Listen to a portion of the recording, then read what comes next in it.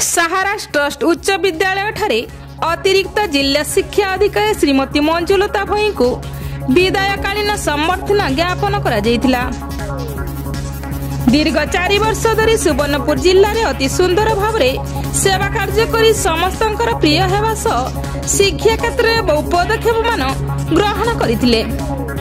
तांको बदली मालकानगिरी जिला को होइतिबारु समस्त शिक्षक वर्ग तांको शुभेच्छा ज्ञापन पूर्वक विदायकालीन संबर्धना प्रदान करथिले।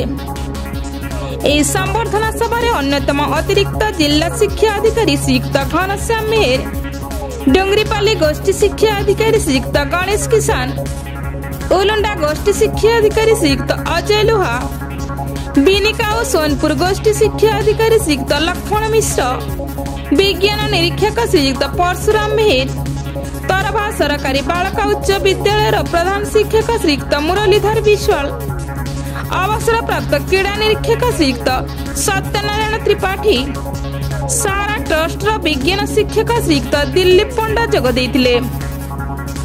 बहु संख्यार उच्च विद्यालय प्रधान शिक्षक माने उपस्थित थिले। जिला प्राथमिक शिक्षक संघ पिस्टा तरफ श्रीमती भोई को संबर्धना दिया जाइथिला।